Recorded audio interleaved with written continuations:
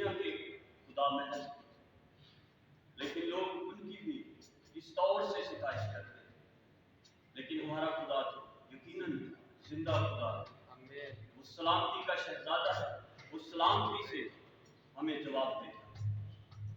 क्योंकि दाऊद ज़बूर नवीस में लिखते हैं, मैं पूरे दिल से तेरा शुक्र करूंगा, माबूदों के सामने तेरी मदद सुनाई करूंगा, मैं तेरी मुकद्दस हैकल की तरफ रुख करके सिजदा करूंगा और तेरी शफकत और सच्चाई की खातिर तेरे नाम का शुक्र करूंगा, क्योंकि तूने अपने कलाम को अपने हर नाम से ज्यादा इज्जत और अजमत दी। आमीन। हम उसकी सिताइश में आगे बढ़ेंगे और खुदा के साथ मिलकर हम खुदा उनकी प्रस्तुति में आगे बढ़ेंगे।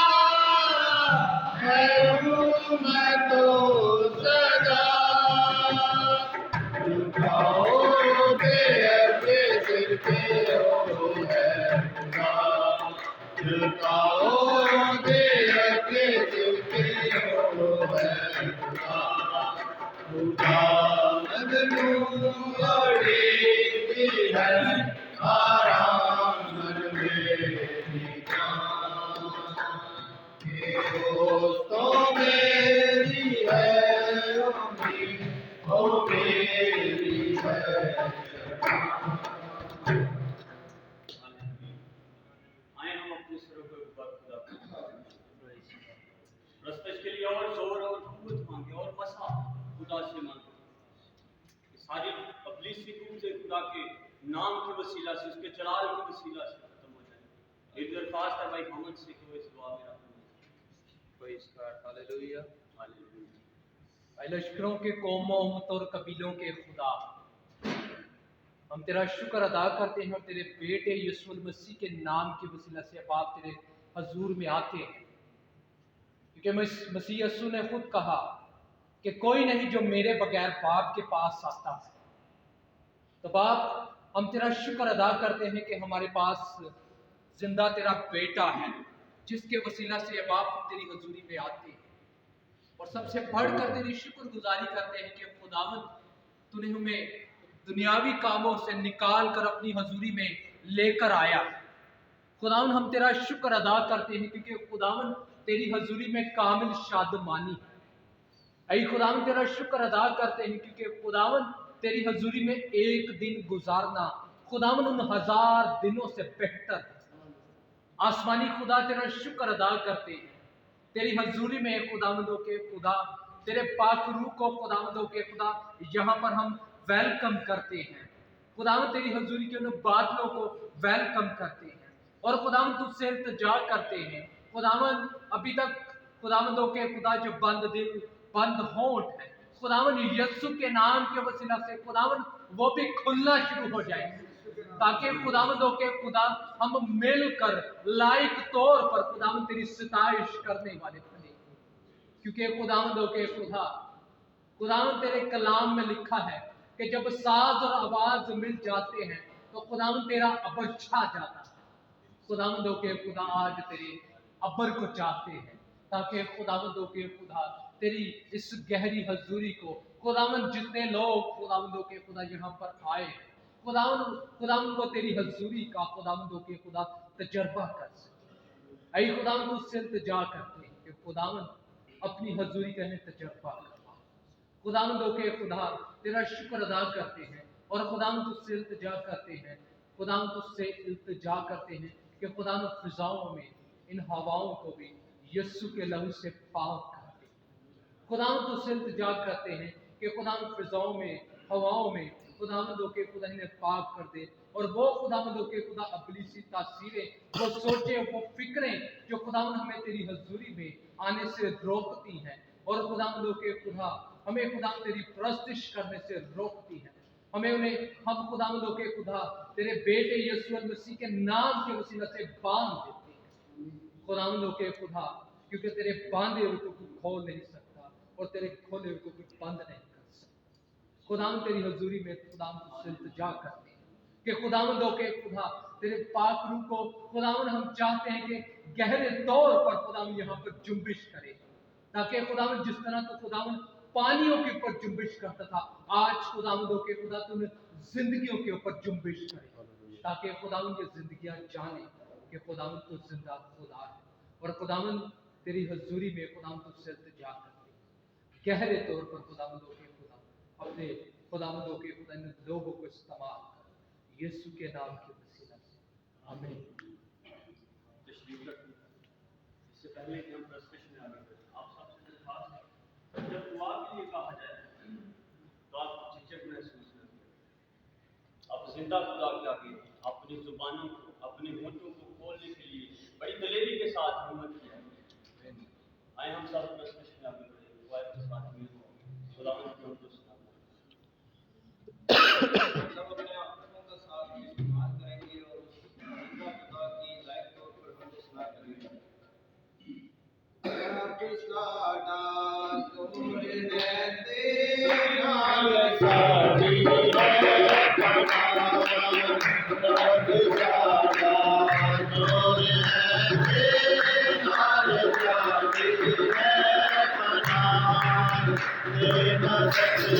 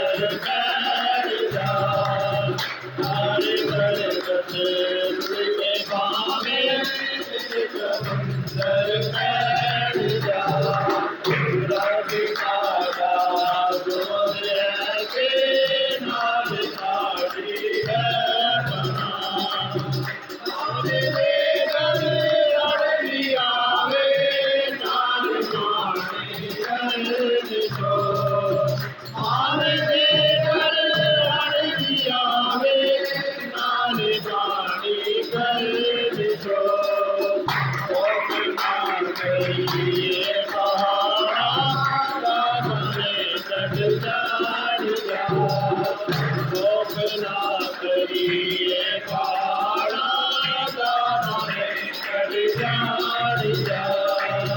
सब सादा जोर है तेरा साथी है मना कुछ कर दिया दिखती है राज दिया कुछ कर दिया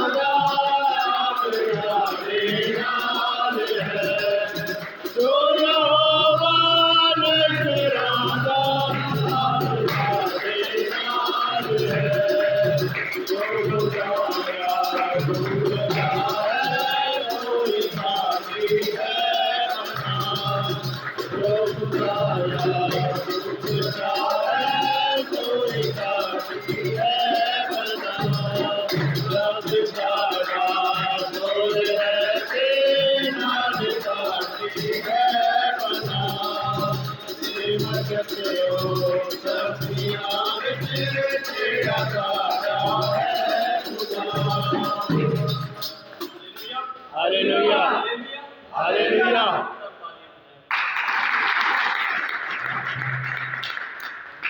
हमारा गाना बजाना और तालीम जाना जो है वो इस बात की दलील है कि हम इब्लीस का मुकाबला खुदावंद की कुव्वत के वसीला से उसके जोर के वसीला से करें। आइए इसी मसा में हम आगे बढ़ेंगे और खुदावंद के नाम को जला देंगे। बने रहो तुम यीशु में बने रहो, यीशु में बने रहो, बने रहो तुम यीशु में बने रहो, यीशु में बने रहो।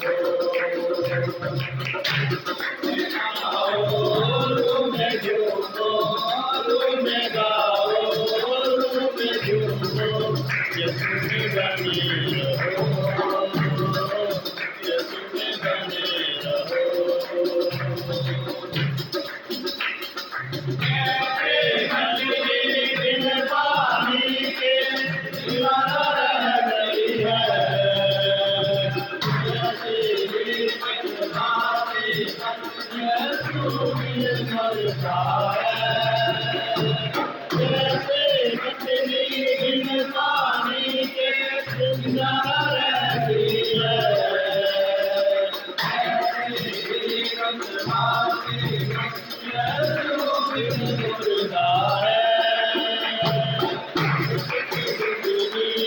पाने को हसरत की जिंदगी पाने को यीशु में बने रहो, यीशु में बने रहो। रूह में गाओ, रूह में झूमो, रूह में गाओ, रूह में झूमो, यीशु में बने रहो, यीशु में बने रहो। राती है उसको वो जानता है,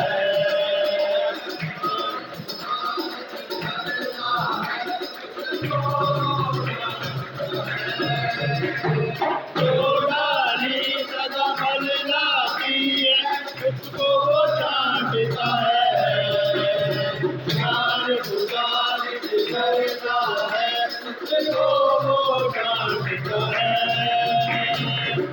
आदि करो से भरने को, आदि करो से भरने को, यीशु में बने रहो, यीशु में बने रहो। रूह में गाओ, रूह में झूमो, रूह में गाओ, रूह में झूमो, यीशु में बने रहो, यीशु में बने रहो।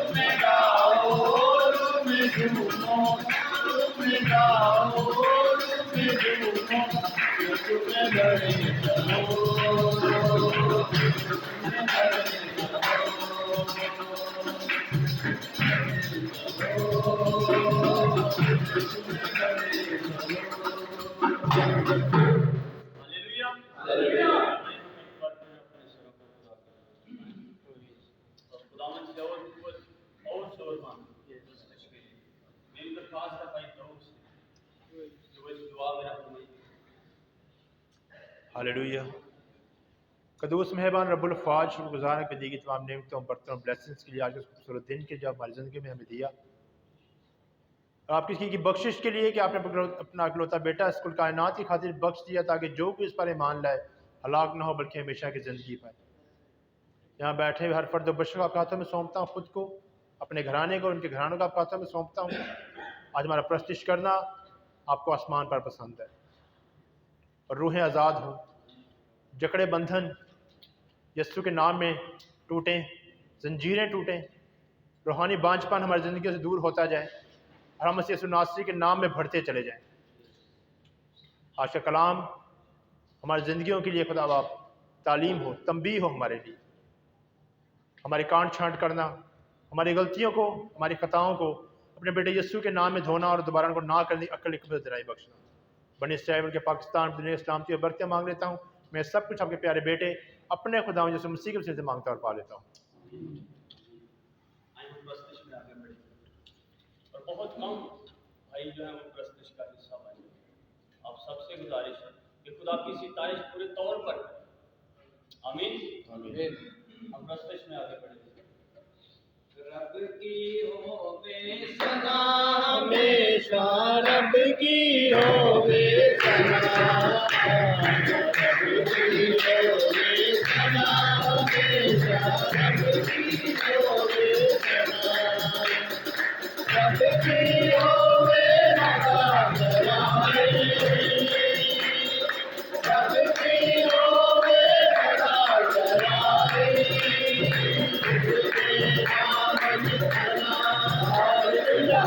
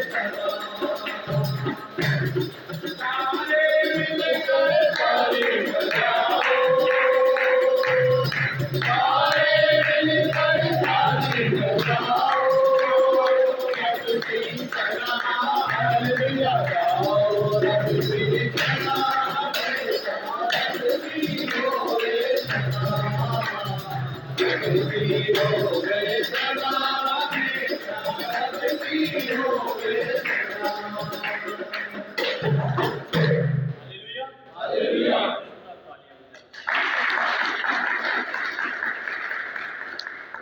गुरु सीखते हैं, मैं अपनी आंखें पहाड़ों की तरफ उठाऊंगा, मेरी कुम्मत कहाँ से आएगी?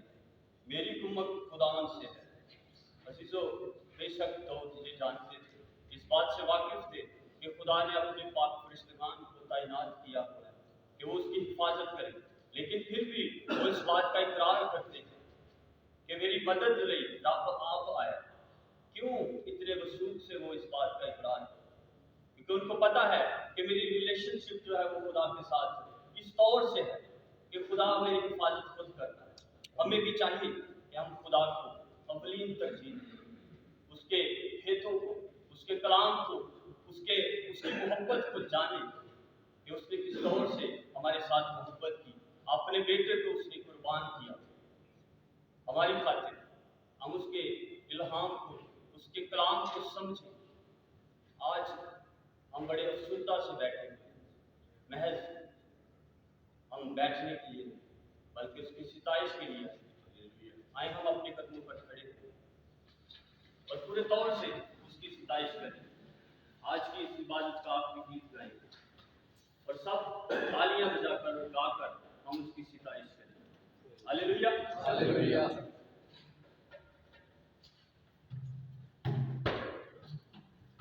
नाम जपा मैं तेरा, नाम जपा मैं तेरा,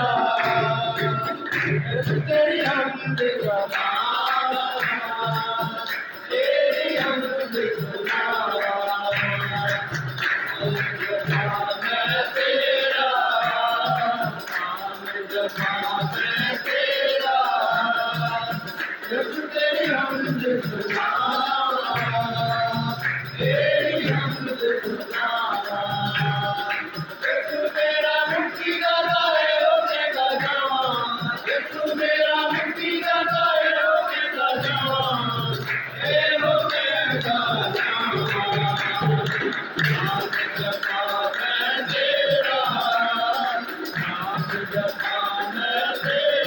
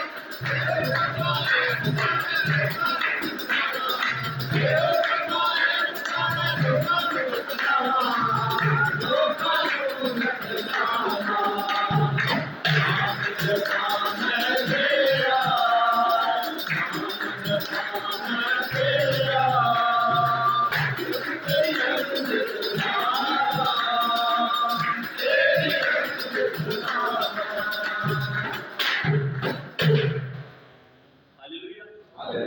आए अपने हाथ आसमान की तरफ दुआ में लग जाए सब अपनी जिंदगियों के लिए खुदा के कलाम को मांगो। हालेलुया।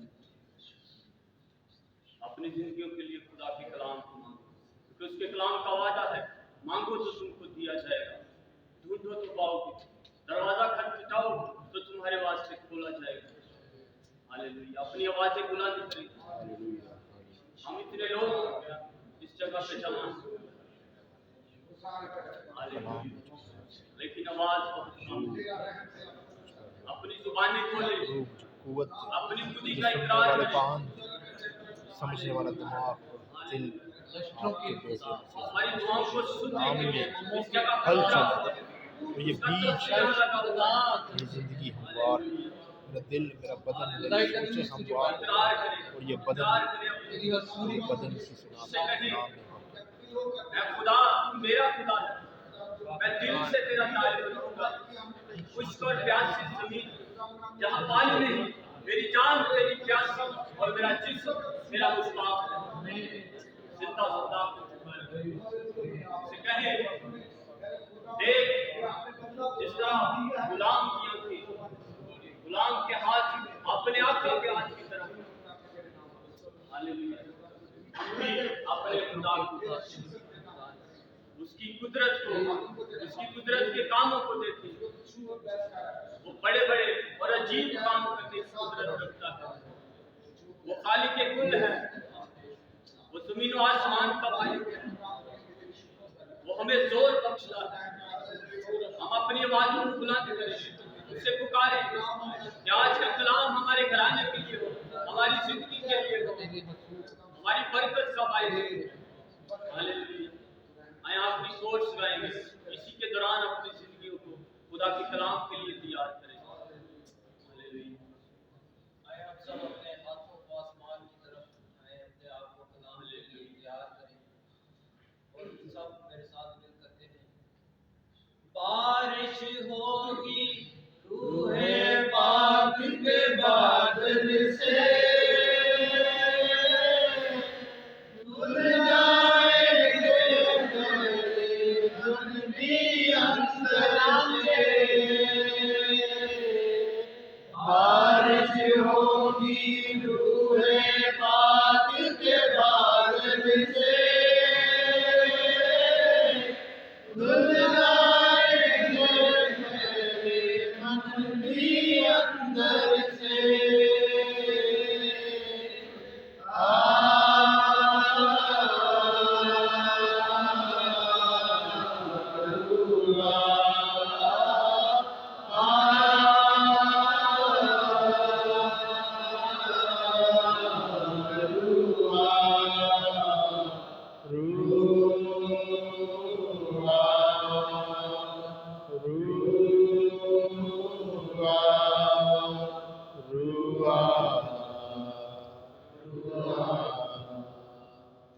रूहे पाक खुदावंदा तू आ, जान जिस्म और रूह में तू बस जा। रूहे पाक खुदावंदा तू आ, जान जिस्म और रूह में तू बस जा।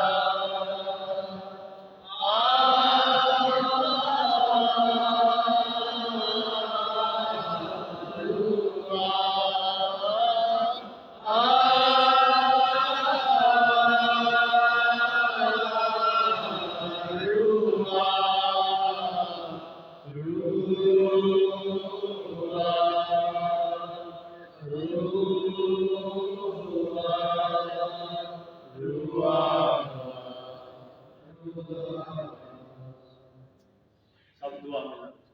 हालेलुया।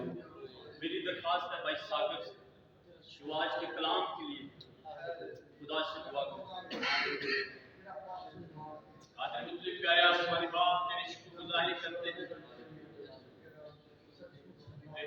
करते हैं आसमानी बाप जो बातों में सच्चा है। मेरा तख्त यहाँ लगा हुआ है, मेरे बाप खुदा तो अपने कहने के मुताबिक मौजूद है। हम तेरी शुक्रगुजारी करते हैं और यीशु के पाक लहू में टिकू का तुझे सजदा करते हैं। ऐ बाप हमने दिल से तेरी शुक्रगुजारी की है, हमने तेरी हमको सुना की है। मेरे बाप आसमानी बड़े ध्यान से सुना कर जब तेरा वक्त है कि तू बोलने को है।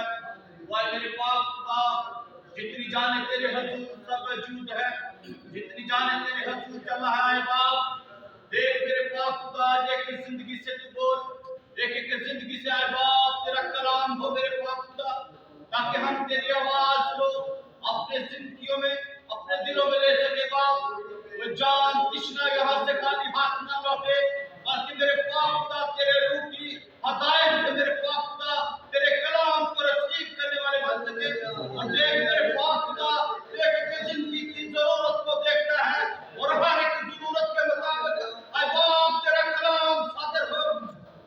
मेरे खुदा पाक खुदा तो अपने बंदा मंसूर का मुंह बंद, जब तक तेरा बंदा तेरे मजहब और तेरे कलाम की बातें हमसे शेयर करे, जब तक तेरा कलाम खुला रहे मेरे पाक खुदा। देख मेरे पाक खुदा को अपने बंदा को रूह की हदायत से इस्तेमाल कर, और जितने हम लोग तेरे कलाम को सुनने वाले हैं, ऐ मेरे पाक खुदा हमें लायक तौर पर अपनी आवाज की तरफ कान लगाना सिखा, ताकि खुदा वो तेरी रूह की बातों को, अपनी जिंदगी के पैगाम को, जिंदगी की रोटी को अपनी जिंदगियों में ले सके और अपने खुदा यीशु मसीह के लिए तैयार और बेदार होते जाएं।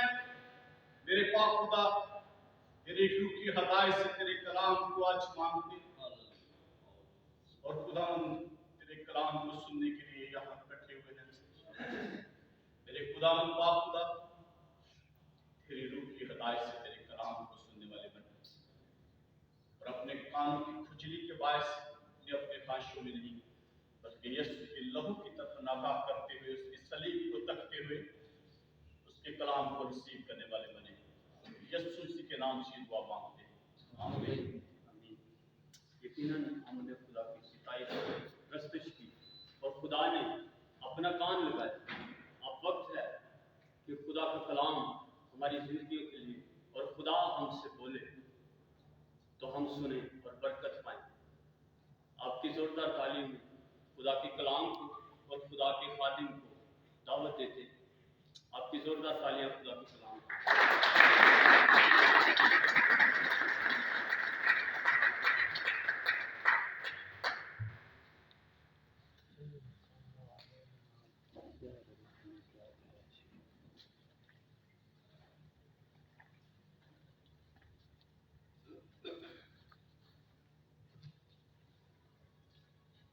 कलाम मुकद्दस में से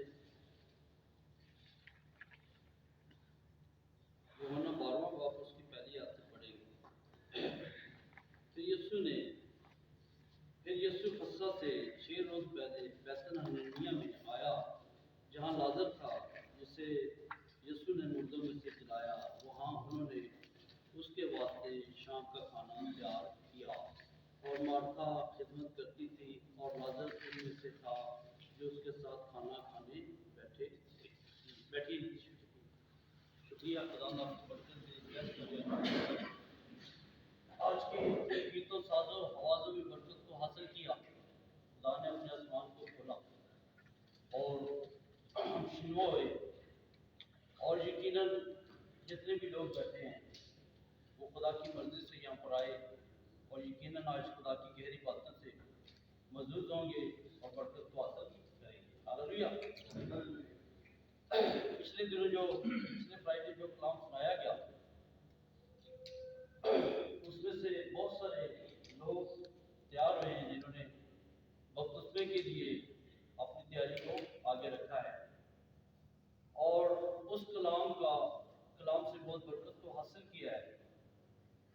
कि कई लोगों ने ये कहा है कि इससे पहले ऐसा कलाम नहीं सुना गया कि जिसने रोटी और गोश्त यीशु का नहीं खाया उसमें ज़िंदगी है ही नहीं है, और वो लोग आने के लिए तैयार हैं। ये मुस्बत और बेहतरी का अमल जो जारी हुआ है, हम सब लोग इसमें शामिल होंगे ताकि हम खुदा की उन बरकत को हासिल करें जो यीशु मसीह ने हमारे लिए रखी है। हालेलुया।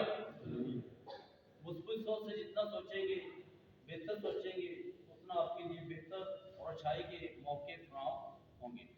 जितना हम एक दूसरे के लिए नेगेटिव सोचेंगे, नेगेटिव चीज़ें रखेंगे, अपने फेस को नेगेटिव बनाएंगे और नेगेटिव चीज़ें अंदर रखेंगे, उतना आप खुदा से भी दूर और इंसानों से भी दूर होते जाएंगे। जब नया साल आया तो एक ही बात को मैंने रखा है कि जिससे मैं नहीं बोलना चाहता उससे भी बोलूँगा, जो मुझे अच्छा नहीं लगता वो उससे भी मैं कलाम करूँगा, गुफ्तगू करूँगा, जिसका माइंड मेरे साथ नहीं मिलता उसके साथ मैं सलाम दुआ करूँगा, क्योंकि मुझे आसमान की बातचीत में पहुँचना ज़रूर है। अगर दुनिया की बातों में रहेंगे तो कोई भी हमें अच्छा नहीं लगेगा, ठीक है।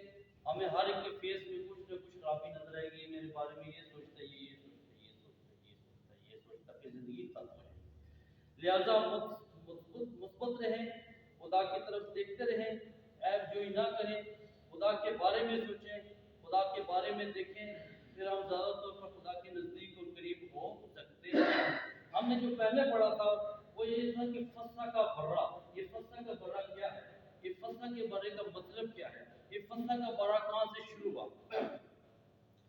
और पढ़ा ये क्या था कि बनी इसराइल को छुड़ाने के लिए खुदा ने ये कहा था कि तुम एक बर्रे को लेना और उसको ज़बह करना, उसमें कोई ऐब और कोई नुक्स ना हो, वो ना रहो और बेऐब हो।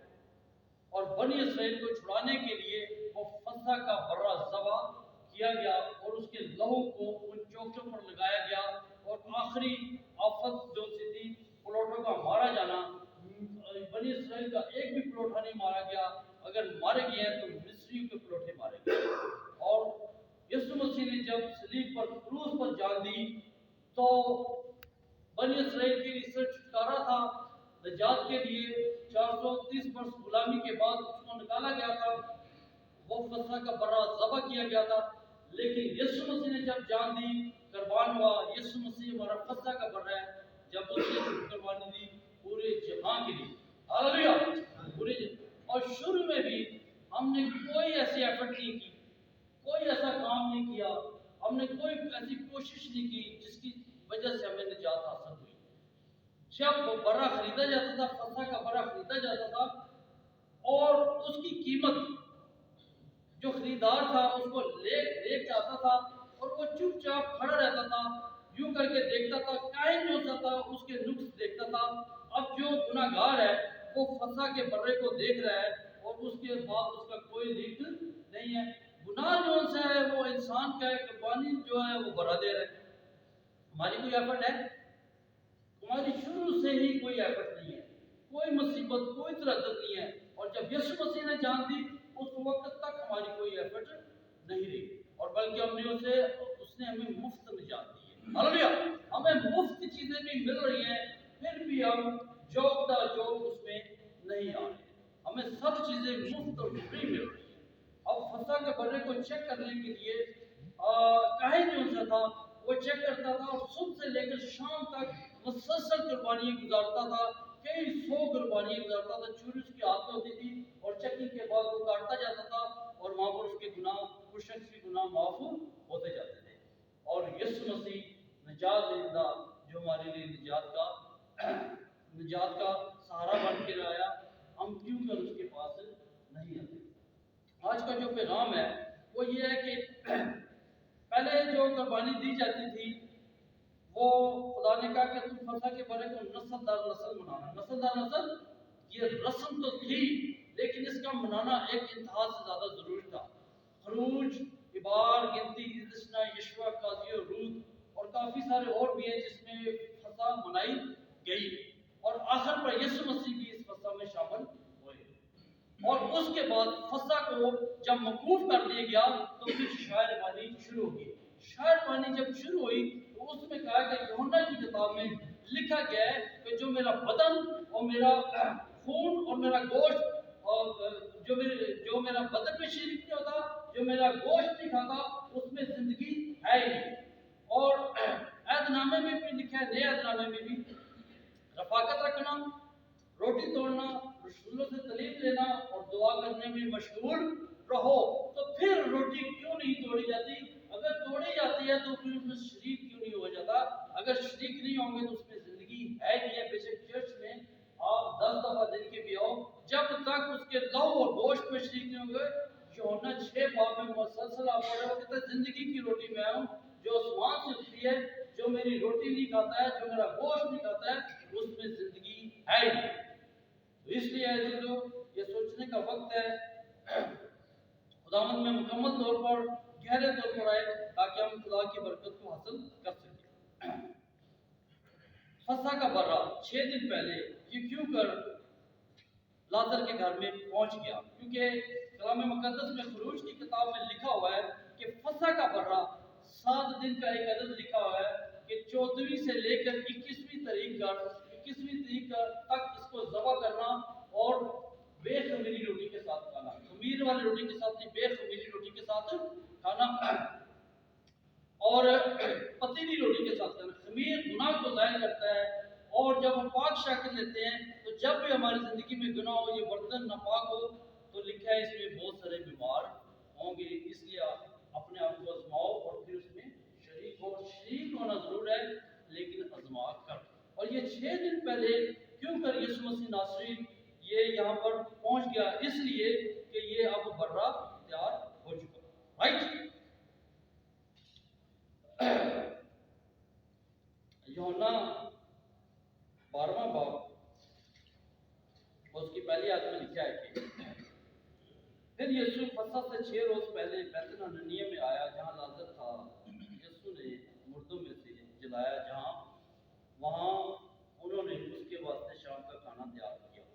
अब यीशु मसीह नासरी कहीं पर भी था, लेकिन 6 रोज पहले उसको मालूम था कि मैंने ज़बह होना है, उसको मालूम था मैंने जान देनी है। वो 6 दिन पहले आ चुका है।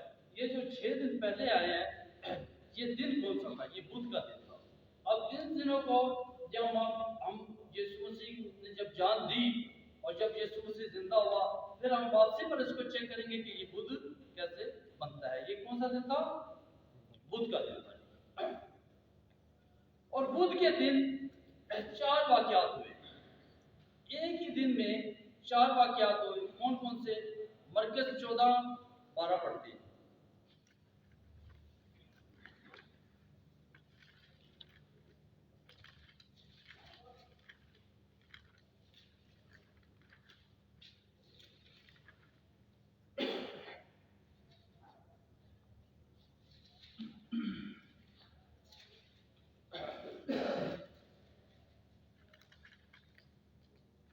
जी, कोई पढ़िएगा जी। ईद फतीर के पहले दिन यानी जिस रोज फसह को ज़िबा करते थे, उसके शागिर्दों ने उससे कहा, तू कहाँ चाहता है कि हम जाकर तेरे लिए फसह खाने की तैयारी करें? उसने अपने शागिर्दों में से 2 को भेजा और उनसे कहा, शहर में जाओ, एक शख्स पानी का घड़ा लिए हुए तुम्हें मिलेगा, उसके पीछे हो लेना और जहां वो दाखिल हो उस घर के मालिक से कहना, उस्ताद कहता है कि मेरा मेहमान खाना जहां मैं अपने शागिर्दों के साथ फसह खाऊं कहाँ है? वो आप तुमको एक बड़ा वाला खाना आरास्ता और तैयार दिखाएगा, वहीं हमारे लिए तैयारी करना। बस शागिर्द चले गए और शहर में आकर जैसा उसने उनसे कहा था वैसा ही पाया और फसह को तैयार किया। जब शाम हुई तो वो उन 12 के साथ आया और जब वो बैठे खा रहे थे तो यीशु ने कहा, मैं तुमसे सच कहता हूँ कि तुम में से एक जो मेरे साथ खाता है मुझे पकड़वाएगा। वो दिलगीर होने आमीन। आपको बरकत दे। यहाँ पर यीशु मसीह ने जो एक बात कही है 13वीं आयत में, उसने अपने शागिर्दों में से 2 को भेजा और उनसे कहा कि शहर में जाओ, एक शख्स पानी का घड़ा लिए हुए तुम्हें मिलेगा और उसके पीछे हो लेना। ये क्यों इतनी पर्दे में बात रखी गई? ये इसलिए पर्दे में बात रखी गई कि यीशु मसीह नासरी का भी वक्त नहीं था और फकीह फरीसी और काहिन यीशु मसीह को पकड़ने के लिए तैयारी में थे। तो यीशु मसीह उस वक्त तक इस बात को छुपाए रखे था, क्योंकि ये जो घड़ा लिए हुआ शख्स खड़ा था, ये यीशु मसीह ने कहा कि ये तुम्हें मिलेगा। फिर वो बताएगा बाला खाना कहाँ है, फिर वहाँ पर फसह तैयार करना, फिर मैं और आप लोग वहाँ पर फसह दिखाएंगे, लेकिन उसने पस्से पर्दा ये बात रखी कि वो भी यीशु मसीह का शागिर्द था, जिसको शागिर्दों ने उस शख्स को मिलना था जिसने घड़ा लेकर वहां पर जो शख्स जिसने खड़ा होना था। ऑलरेडी ये भी यीशु मसीह का शागिर्द था। इसको पस्से पर्दा इसलिए रखा गया है कि अभी इसको वाज़िया करना नहीं था। ये पहला वाकया जो हुआ है, ये यीशु मसीह फसह का बर्रा ज़बह करके यीशु मसीह ने खाया और उसके शागिर्दों ने भी खाया। ये पहला वाकया था। अब दूसरा देखते हैं जी, इस दौरान ये वाकया जो है ये बुध के दिन को हो रहे हैं, इसलिए जुमेरात के दिन जो वाकयात होगी वो आगे जाके बताते हैं। अब जो इसका दूसरा वाकया हुआ है वो कौन सा है?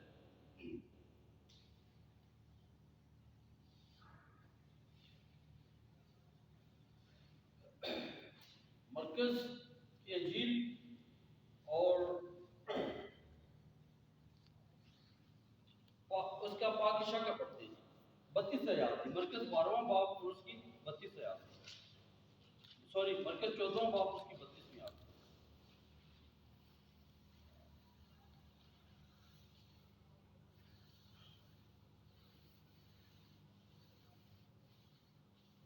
जी फिर वो एक जगह आए जिसका नाम गतसमनी था, और उसने अपने शागिर्दों से कहा, यहाँ बैठे रहो जब तक मैं दुआ करूं। और पतरस और याकूब और यूहन्ना को अपने साथ लेकर नहायत हैरान और बेकरार होने लगा और उनसे कहा, मेरी जान नहायत गमगीन है, यहाँ तक कि मरने की नौबत पहुँच गई है। तुम यहाँ ठहरो और जागते रहो। और वो थोड़ा आगे बढ़ा और ज़मीन पर गिरकर दुआ करने लगा कि अगर हो सके तो ये घड़ी मुझ पर से टल जाए।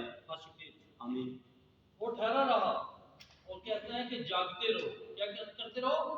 जागते रहो। ये मामला कोई आम मामला नहीं है, जागते रहो, लेकिन वो उन्हें सोते पाते रहा। आखिरी टाइम तक क्या हुआ? वो सोते रहे। आखिरी टाइम उन्होंने कुछ भी ऐसा नहीं किया। और जब यीशु मसीह को बुलाया गया और सब लोग भागे, सिर्फ अकेला यीशु मसीह रह गया। हमने शुरू से लेकर आखिर तक कोई एफर्ट नहीं की, और ना एफर्ट करने से अभी तक भी हम सुस्त और लापरवाही की वजह से खुदा से हम बहुत पीछे हैं। दूसरा जो वाकया हुआ वो ये था, मरकज 14 की 22 है।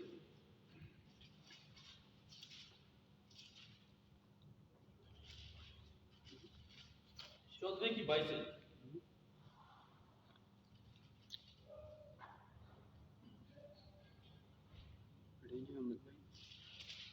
मरकज 14 की 22 पढ़ेगी।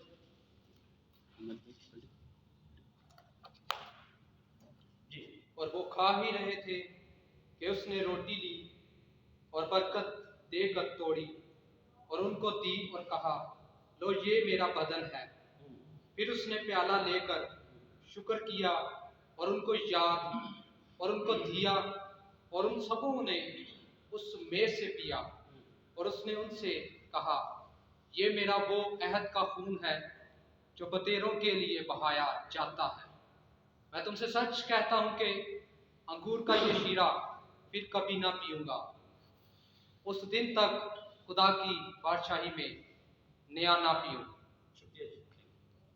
अब यहाँ पर लिखा है कि वो खा रहे थे कि रोटी खा रहे थे, फसह की रोटी खा रहे थे। रोटी वो खा रहे थे कि उसने वो रोटी ली और बरकत देकर तोड़ी और उनसे उनको दी और कहा कि ये मेरा बदन है।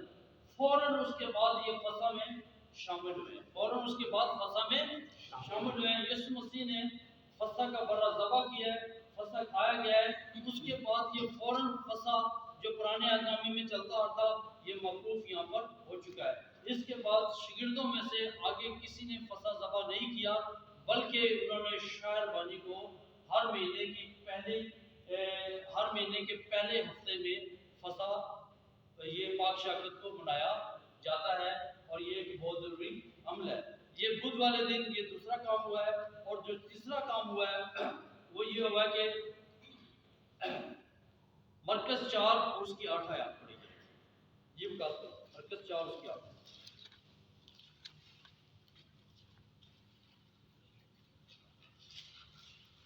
और कुछ अच्छी जमीन पर गिरा, और वो उगा और बढ़कर फला, और कोई 30 गुना, कोई 60 गुना। सॉरी, मत्ती 26:45 पढ़े, सॉरी।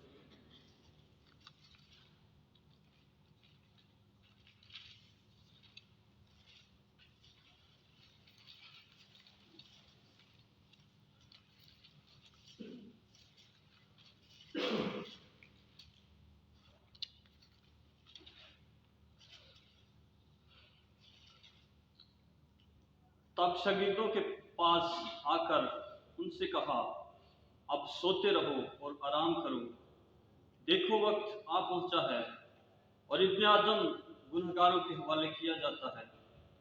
उठो चले, देखो मेरा पकड़वाने वाला नजदीक आ पहुंचा है। और शुक्रिया जी। आमीन। ये तीसरा काम हुआ है बुध वाले रोज यीशु मसीह पकड़वाया गया है। और चौथा काम भी इसी के दौरान हुआ है जब लाजर के घर में था और उसके ऊपर इत्र डाला गया है। और शागिर्दों ने कहा है कि शागिर्दों में से एक ने कहा है कि ये कीमती इत्र हम गरीबों में तकसीम करके उनकी बहुत सारी हाजत को पूरा कर सकते हैं। यीशु मसीह ने कहा ये गरीब गुरबा तो आपके साथ रहेंगे, लेकिन ये मेरी दफन की तैयारी है। ये काम किस दिन हुए? बुध वाले दिन, जुमेरात वाले दिन देखते हैं। ये जो कलाम का मजमून है ये फसा का बढ़ रहा है। पहलुस के बारे में जब पेशियां हुई तो दिन के पहरों को भी देखा जाएगा। यहाँ पर पहला पैर, दूसरा पैर और तीसरा पैर। मरकज 15:1 पढ़े।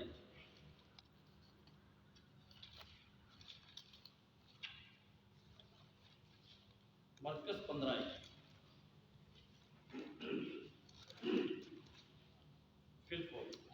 और फिलफौर सुबह होते ही सरदार काहनों ने बुजुर्गों और फकीरों और सब सदर अदालत वालों समेत सलाह करके यस्सु को बंधवाया और ले जाकर पिलातुस के हवाला किया। और पिलातुस ने उससे पूछा, क्या तू यहूदियों का बादशाह है? बस ये बैठे। आमीन। अब ये फिलफौर सुबह के वक्त अब ये पेशी शुरू होगी। रात का जो पहर था उसमें पतरस ने 3 बार इनकार किया बुध की रात को। और जुमेरात को ये हुआ कि पेशियां शुरू हुई। जो पेशी पहली हुई वो काहिनों ने और फकीर फरीसियों ने गतसमनी बाग में से उसे पकड़वा कर और यीशु मसीह को पिलातुस के हवाले किया। और पिलातुस और हेरोदेस बादशाह की आपस में दुश्मनी थी, लेकिन उसके पकड़वाए जाने के बाद ये आपस में दोस्त भी बन चुके। और यहाँ पर जो फिलफौर लिखा है उसकी क्या वजह है कि फिलफौर सुबह, ये जो सुबह का पहर है इसके बारे में बताते हैं कि ये सुबह 6 बजे मुकदमा शुरू हो चुका था। और जुमेरात के दिन बहुत सारे काम जल्दी जल्दी हुए हैं। क्यों जल्दी जल्दी हुए हैं? इसलिए कि ये सिस्टम यीशु मसीह का कुर्बान होना ये जल्दी से खत्म होना था, फिर जुमा आना था, फिर हफ्ता आना था, फिर इतवार की सुबह जिंदा होना था। ये 3 दिन बनने थे। इसलिए यीशु मसीह की कब्र, यीशु मसीह को जो दफनाया गया वो भी एक किसी की करीबी कब्र थी। उस करीबी कब्र में इसलिए दफनाया गया कि वो कब्र पहले से तैयार थी और करीब थी, क्योंकि ये सारे काम जुमेरात वाले दिन करने थे। और जुमेरात की शाम को जुमा भी ये बनता था। अब देखते हैं जुमेरात की शाम को जुमा कैसे बनता है। और फिलफौर ये सुबह के वक्त जो सरदार काहिन, बुजुर्गों और फकीरों और सब सदर अदालत वाले समेत सलाह करके यीशु को बंधवाया और ले जाकर पिलातुस के हवाले किया। ये सुबह 6 बजे कैसे बनते हैं, ये हम पहरों के बारे में पढ़ेंगे। यहूदी रात को 3 हिस्सों में, यहूदी रात के पहरों को 3 हिस्सों में तकसीम करते थे। पहला पहर जो बनता है वो शाम 6 से 10 बजे तक का बनता है। शाम 6 से 10 बजे तक का बनता है पहला पहर। ये 4 घंटे का पहर है। ये नोहा 2:19 में लिखा है। आप तीनों में से कोई भी नोहा 2:19 निकाल। पहला पहर जो बनता है 6 से 10 बजे तक का, ये शाम का पहर है। ये 4 घंटे का पहर है और ये नोहा 2:19 में है। दूसरा जो है 10 से 2 बजे तक का है, ये भी 4 घंटे का पहर है। ये एक बंदा कज़ात में से निकाले 7:19। और तीसरा जो पहर है 2 से 6 बजे तक का, ये रात 2 से 6 बजे तक ये भी 4 घंटे का है, और इस तरह ये 4 4 8 4 दिए 12 रात के 3 पहर हैं, और ये तीनों पहरों में से ये कलाम को तैयार किया गया है कि ये किस वक्त कौन से पहर में कौन सा काम हुआ है। ये सुबह का जो फिल हो रहा है ये 6 बजे का वक्त है। यहाँ पर देखते हैं कि 6 बजे भी थे कि वैसे यहाँ पर लिखा तो नहीं है कि वैसे हम बयान कर रहे हैं। ये देखेंगे जी, पहला हम पैर देखेंगे नोहा की किताब में से जी निकाल नोहा 2:19। दूसरा पैर हम देखेंगे 7:19 जी का कज़ाहत। उठ रात को पहरों के शुरू में फरियाद कर, खुदावंद के हुजूर अपना दिल पानी की मानित उंडेल दे। अपने बच्चों की जिंदगी के लिए जो सब कुछों में भूख से बेहोश पड़े हैं, उसके हुजूर में दस्ते दुआ बुलंद कर। हालेलुया। बस जी, ये कौन सी कज़ाहत की किताब ये में? नोहा की किताब में से पढ़ा। उठ रात के पैरों में से दोबारा से पढ़ना। उठ रात को पहरों के शुरू में फरियाद पहरों कर। के शुरू में 6 से 10 बजे तक पहरों के शुरू में तू क्या कर? फरियाद कर, फरियाद कर, दुआ कर, ढीला ना पड़, आसमान पर हाथ बुलंद कर ताकि तेरी दुआएं सुनी जाएं।